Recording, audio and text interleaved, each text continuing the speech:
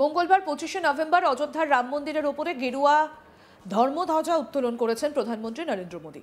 এদিন এই গেরুয়া ধর্মধ্বজার উত্তোলন করে প্রধানমন্ত্রী বলেন, আজ সমস্ত ভারত, সমস্ত বিশ্ব রামময়। সব রাম ভক্তের হৃদয়ে আজ সন্তুষ্টি রয়েছে, অসীম কৃতজ্ঞতা রয়েছে। দীর্ঘদিনের ঘাঁ শুকিয়ে যাচ্ছে। এই বিষয়ে সরব হয়েছেন মিম নেতা ওয়ারিস পাঠান। মুম্বাইয়ে তিনি মন্তব্য করেন, 6 ডিসেম্বর বাবরি মসজিদ ভেঙে দেবার ঘটনা আমাদের কাছে আজও একটা কালো দিন। আজও আমাদের বিশ্বাস ওখানে মসজিদ ছিল, সেটা আছে এবং কায়ামত পর্যন্ত থাকবে। তিনি বলেন, প্রধানমন্ত্রী নরেন্দ্র মোদী অযোধ্যায় রাম মন্দিরের ওপর ধ্বজা উড়িয়েছেন। তিনি তো সংবিধানের শপথ নিয়েছিলেন, কিন্তু তিনি শুধুমাত্র একটা নির্দিষ্ট সম্প্রদায়ের মানুষের সাথ দেন। যদিও তিনি বলেন সবকা সাথ সবকা বিকাশ। ওয়ারিস পাঠান বলেন, প্রধানমন্ত্রী তো আমারও প্রধানমন্ত্রী। দেশের মুসলিমদের প্রতি কেন বিদ্বেষ ছড়াচ্ছেন? আপনি যখন সৌদি আরব, দুবাই যান, তখন সেখানকার মুসলিমদের বুকে জড়িয়ে ধরেন, কিন্তু দেশের মুসলিমদের সঙ্গে এই দ্বিচারিতা কেন? দেশের মানুষ সব দেখছেন। তিনি বলেন, আমাদের মসজিদ মাদ্রাসাগুলিকে নিশানা করা হচ্ছে, বলা হচ্ছে বুলডোজার দিয়ে গুঁড়িয়ে দেওয়া হবে। তিনি আরও বলেন, সুপ্রিম কোর্টের নির্দেশিকা থাকা সত্ত্বেও মসজিদ থেকে আজানে আপত্তি জানানো বিজেপির চিন্তাধারার প্রতিফলন। কি বলছেন এই মিম নেতা, শুনবো। देखिए, हमारा तो ये मानना है कि 6 दिसंबर 1992 भारत देश के लिए एक काला दिन था, डेमोक्रेसी के लिए काला दिन था, जिस दिन हमारी बाबरी मस्जिद को एक षड्यंत्र के जरिए शहीद कर दिया गया। और हमारा ये मानना है कि एक बार जहाँ मस्जिद थी है, ता कयामत तक मस्जिद रहेगी, हमारा ईमान बोलता है। अब मोदी जी तो संविधान की शपथ ली है, संविधानिक पद के ऊपर बैठे हैं, गए वहाँ पे ध्वजारोहण किया। आप तो बोलते भी हो सबका साथ सबका विकास सबका विश्वास की भी आप बात करते हो, तो आप सिर्फ एक ही समुदाय के तो प्रधानमंत्री नहीं है ना, आप तो पूरे देश के प्रधानमंत्री है, आप तो मेरे भी प्रधानमंत्री है। तो फिर आप एक समुदाय के खिलाफ ही आपके लोग इतनी नफरत क्यों फैला रहे हैं? आप जब भी अबू धाबी जाते हैं, दुबई जाते हैं, सऊदी जाते हैं, तो वहां आप दाढ़ी टोपी वाले अरब को तो वल्लाह हबीबी करके गले मिल लेते हैं, हबीबी हबीबी कर देते। और वही भारत के मुसलमानों के खिलाफ तो आपके लोग अनाप शनाप बकवास करते हैं, रोज जहर फैला रहे, रोज नफरत फैला रहे। हम इनको हमारी मस्जिद से नफरत, मदारिसों से नफरत, हर दिन बोलते हैं मस्जिद को बुलडोजर करके उड़ा दिया जाएगा, मदारिसों को उड़ाने की बात करता है। सुप्रीम कोर्ट की गाइडलाइंस के हिसाब से भी अगर हम जब अजान देते हैं तो आपके लोग आकर बोलते हैं कि नहीं भूंगे निकाल दो। तो क्यों नफरत फैलाई जा रही है? सबका साथ सबका विकास अगर आप वाकई में मानते हो तो आपको सबको लेकर साथ में चलना चाहिए ना, वरना तो देश देख रहा है कि क्या हो रहा है। एक ही समुदाय विषय के खिलाफ आप, एक समुदाय विषय के लिए आप ये सब करोगे तो दूसरों का क्या होगा? सबका साथ कैसा हुआ? यही बात है, समझना चाहिए, देश देख रहा है। প্রসঙ্গত, মঙ্গলবার অযোধ্যার শ্রীরাম জন্মভূমি মন্দিরের ওপরে গেরুয়া ধর্মধ্বজা উত্তোলন করেছেন প্রধানমন্ত্রী নরেন্দ্র মোদী। এদিন প্রধানমন্ত্রী 20 ফুট লম্বা, 10 ফুট প্রস্থ এবং প্রায় 3 কিলোগ্রাম ওজনের ধর্মীয় পতাকা উত্তোলন করেন রাম মন্দিরে।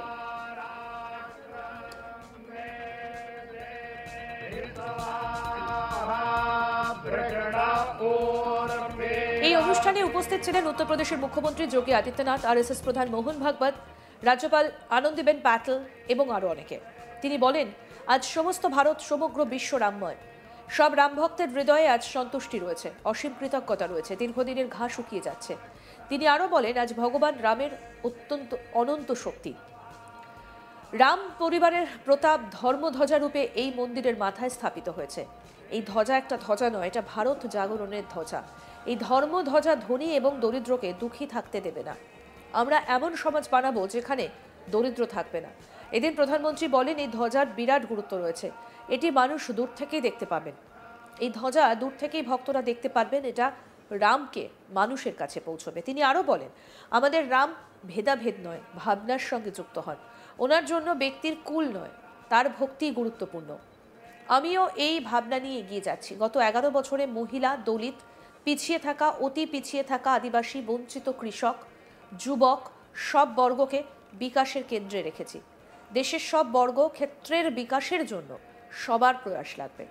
তার মাধ্যমে 2047 সালের মাধ্যমে বিকশিত ভারত তৈরি হবে। মোদী বলেন, ভারতের সব ঘরে, সব ভারতীয়ের মনে এবং ভারতের কোনায় কোনায় রাম আছেন। কিন্তু গোলামি করার মানসিকতা এতটাই গ্রাস করেছে যে প্রভু রামকেও কাল্পনিক ঘোষণা করা হয়েছে। বন্ধুরা, আমরা ঠিক করেছি আগামী 10 বছরের মধ্যে মানসিক গোলামি থেকে মুক্তি পাওয়ার কথা। কি বলেছেন প্রধানমন্ত্রী, এবার সেটা শুনব। साथियों, अपनी विरासत पर गर्व के साथ साथ एक और बात भी महत्वपूर्ण है, और वो है गुलामी की मानसिकता से पूरी तरह मुक्ति। आज से 190 साल पहले 190 साल पहले साल 1835 में 1835 में मैकाले नाम के एक अंग्रेज ने भारत को अपनी जड़ों से उखाड़ने के बीज बोए थे।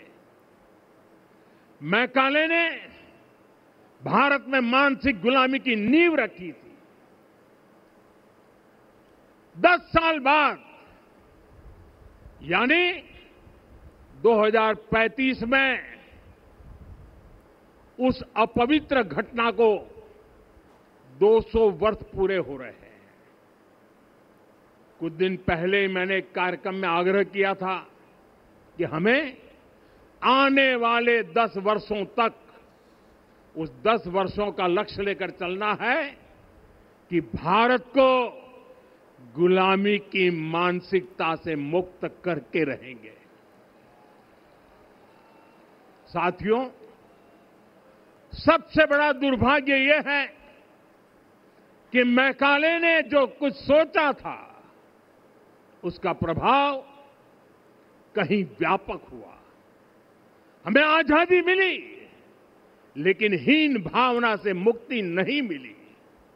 हमारे यहां एक विकार आ गया कि विदेश की हर चीज, हर व्यवस्था अच्छी है और जो हमारी अपनी चीजें हैं उनमें खोट ही खोट है। साथियों, गुलामी की यही मानसिकता है जिसने लगातार यह स्थापित किया। हमने विदेशों से लोकतंत्र लिया।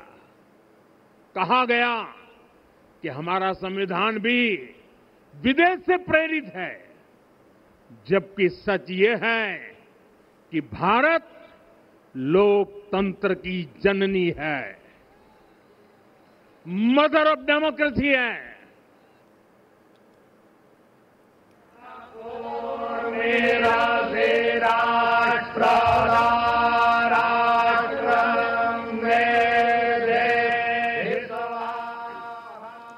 মঙ্গলবার 25শে নভেম্বর অযোধ্যায় রাম মন্দিরের ওপরে গেরুয়া ধর্মধ্বজা উত্তোলন করেছেন প্রধানমন্ত্রী নরেন্দ্র মোদী। এদিন এই গেরুয়া ধর্মধ্বজার উত্তোলন করে প্রধানমন্ত্রী বলেন, আজ সমস্ত ভারত, সমগ্র বিশ্ব রামময়। সব রাম ভক্তের হৃদয়ে আজ সন্তুষ্টি রয়েছে, অসীম কৃতজ্ঞতা রয়েছে। দীর্ঘদিনের ঘাস শুকিয়ে যাচ্ছে।